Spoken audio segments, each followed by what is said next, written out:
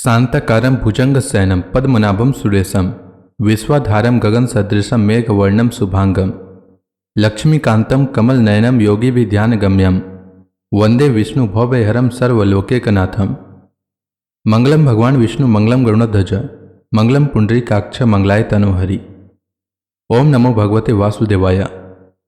आज का दिन आप सभी के लिए मंगलमय हो। आइए सुनते हैं फागुन मास कथा का 17वां अध्याय। श्री मैत्रेय जी कहते हैं, विदुर जी, महाराज मनु के ब्रह्मावर्त क्षेत्र में जहाँ सरस्वती नदी पूर्वमुखी होकर बहती है, वहाँ राजा पृथु ने 100 अश्वमेध यज्ञों की दीक्षा ली। यह देखकर भगवान इंद्र को विचार हुआ कि इस प्रकार तो पृथु के कर्म मेरे कर्मों की अपेक्षा भी बढ़ जाएंगे, इसलिए वे उनके यज्ञ महोत्सव को सहन न कर सके। महाराज पृथु के यज्ञ में सबके अंतरात्मा सर्वलोक पूज्य जगदीश्वर भगवान हरि ने यज्ञेश्वर रूप से साक्षात दर्शन दिया था। उनके साथ ब्रह्मा, रुद्र तथा अपने अपने अनुचरों के सहित लोकपाल गण भी पधारे थे। उस समय गंधर्व, मुनि और अप्सराएं प्रभु की कीर्ति गा रहे थे। सिद्ध, विद्याधर, दैत्य, दानव, यक्ष, सुनंदनंद आदि भगवान के प्रमुख पार्षद और जो सर्वदा भगवान की सेवा के लिए उत्सुक रहते हैं, वे कपिल, नारद, दत्तात्रेय एवं सनकादि योगेश्वर भी उनके साथ आए थे। भारत, उस यज्ञ में यज्ञ सामग्रियों को देने वाली भूमि ने कामधेनु रूप होकर यजमान की सारी कामनाओं को पूर्ण किया था। नदियां दाख और ईख आदि सब प्रकार के रसों को बहा लाती थी तथा जिनसे मधु चूता रहता था, ऐसे बड़े बड़े वृक्ष दूध, दही, अन्न और घृत आदि तरह तरह की सामग्रियां समर्पण करते थे। समुद्र बहुत सी रत्न राशियां, पर्वत भक्ष्य, भोज्य, चौस्य और लेह, 4 प्रकार के अन्न तथा लोकपालों के सहित संपूर्ण लोक तरह तरह के उपहार उन्हें समर्पण करते थे। महाराज पृथु तो एकमात्र श्रीहरि को ही अपना प्रभु मानते थे। उनकी कृपा से यज्ञानुष्ठान में उनका बड़ा उत्कर्ष हुआ, किंतु यह बात देवराज इंद्र को सहन न हुई और उन्होंने उसमें विघ्न डालने की भी चेष्टा की। जिस समय महाराज पृथु अंतिम यज्ञ द्वारा भगवान यज्ञपति की आराधना कर रहे थे, इंद्र ने ईर्ष्यावश गुप्त रूप से उनके यज्ञ का घोड़ा हर लिया। इंद्र ने अपनी रक्षा के लिए कवच रूप से पाखंड वेश धारण कर लिया था, जो अधर्म में धर्म का भ्रम उत्पन्न करने वाला है, जिसका आश्रय लेकर पापी पुरुष भी धर्मात्मा सा जान पड़ते हैं। इस वेश में वे घोड़े को लिए बड़ी शीघ्रता से आकाश मार्ग में जा रहे थे कि उन पर भगवान अत्रि की दृष्टि पड़ गई।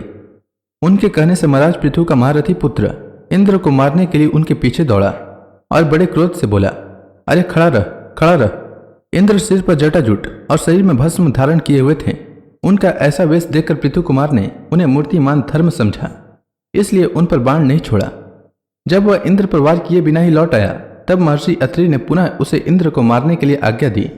वत्स, इस देवाधम इंद्र ने तुम्हारे यज्ञ में विघ्न डाला है, तुम इसे मार डालो। अत्रि मुनि के इस प्रकार उत्साहित करने पर पृथु कुमार क्रोध में भर गया। इंद्र बड़ी तेजी से आकाश में जा रहे थे। उनके पीछे वह इस प्रकार दौड़ा जैसे रावण के पीछे जटायु।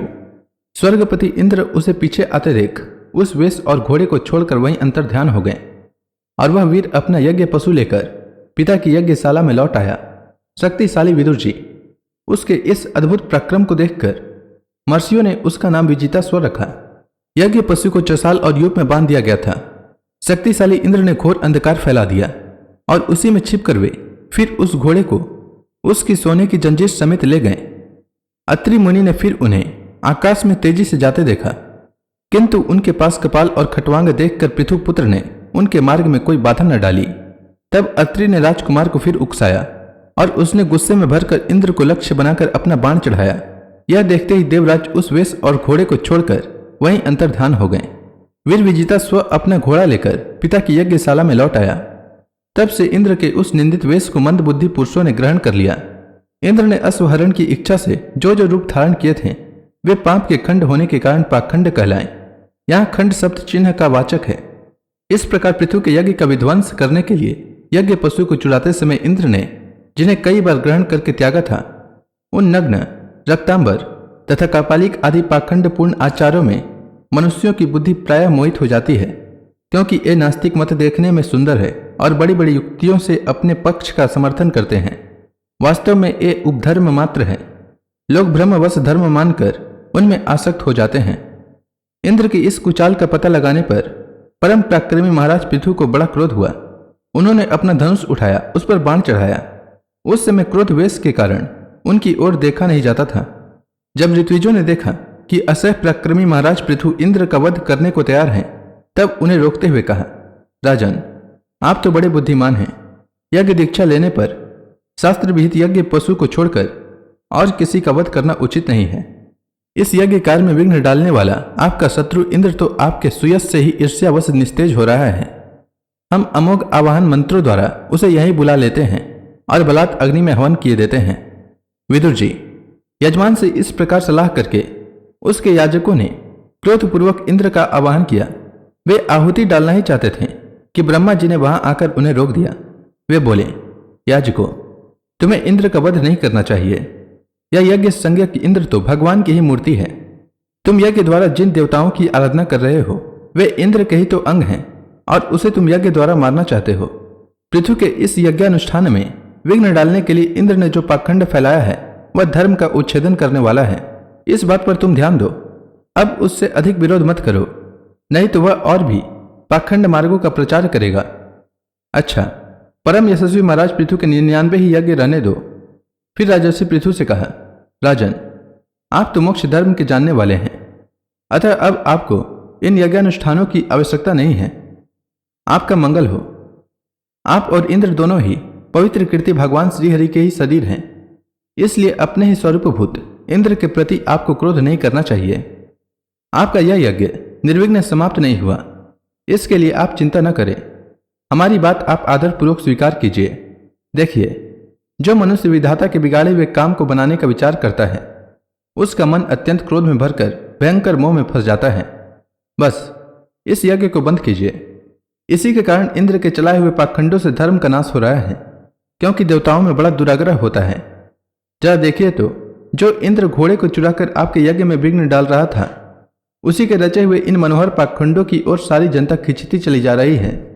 आप साक्षात विष्णु के अंश हैं। वे इनके दुराचार से धर्म लुप्त हो रहा था। उस समयोचित धर्म की रक्षा के लिए ही आपने उसके शरीर से अवतार लिया है। अतः प्रजापालक पृथु जी, अपने इस अवतार का उद्देश्य विचार कर आप भृगु आदि विश्व रचयिता मुनीश्वरों का संकल्प पूर्ण कीजिए। यह प्रचंड पाखंड पथ रूप इंद्र की माया अधर्म की जननी है। आप इसे नष्ट कर डालिए। श्री मैत्रेय जी कहते हैं, लोक गुरु भगवान ब्रह्मा जी के इस प्रकार समझाने पर प्रबल पराक्रमी महाराज पृथु ने यज्ञ का आग्रह छोड़ दिया और इंद्र के साथ प्रीतिपूर्वक संधि भी कर ली। इसके पश्चात जब वे यज्ञांत स्नान करके निवृत्त हुए तब उनके यज्ञों से तृप्त हुए देवताओं ने उन्हें अभिष्ट वर दिए। आदिराज पृथु ने अत्यंत श्रद्धापूर्वक ब्राह्मणों को दक्षिणाएं दी तथा ब्राह्मणों ने उनके सत्कार से संतुष्ट होकर उन्हें अमोघ आशीर्वाद दिए। वे कहने लगे, महाभाव, आपके बुलाने से जो पितर, देवता, ऋषि और मनुष्य आदि आए थे उन सभी का आपने दान मान से खूब सत्कार किया। श्री मैत्रेय जी कहते हैं, विदुर जी, महाराज पृथु के 99 यज्ञों से यज्ञ भोक्ता यज्ञेश्वर भगवान विष्णु को भी बड़ा संतोष हुआ। उन्होंने इंद्र के सहित वहां उपस्थित होकर उनसे कहा, तो इसी के साथ यह अध्याय समाप्त हुआ। इसके बाद श्री भगवान ने क्या कहा वह मैं कल के अध्याय में सुनाऊंगा। तब तक के लिए भगवान हरि का नाम लेते रहें। तो प्रेम से बोलिए, भगवान विष्णु की जय, श्री कृष्ण भगवान की जय, समस्त देवी देवताओं की जय।